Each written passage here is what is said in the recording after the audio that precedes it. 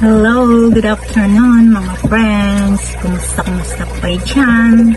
Hope you're always okay. Then, please watch. If you have time.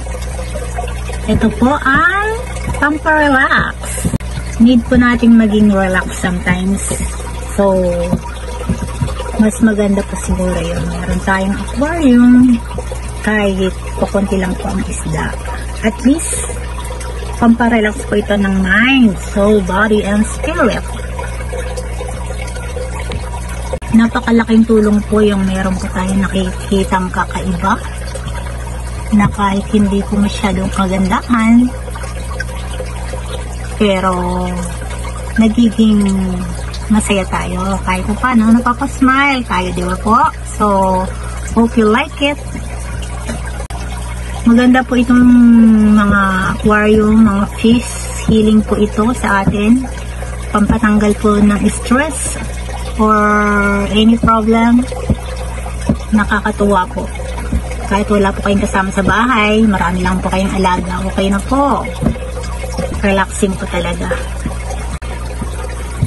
It's a healing process din po ang mga isda.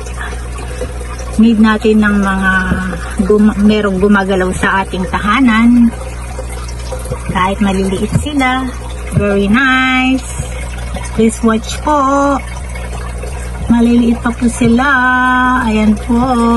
Hindi po pwedeng masyadong madami kasi pagka maliit lang po ang aquarium, kailangan konti lang po ang laman. Kasi nag-aaway-aaway din po yan mga yan.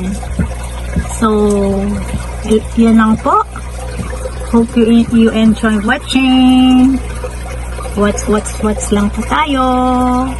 Tanggal po ng stress. Yung mga nabuburyong na po dyan sa buhay, sa hirap ng buhay. What's po kayo dito.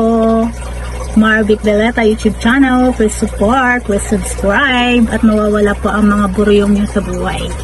Kagaya ko, nabuburyong na rin po. Babu!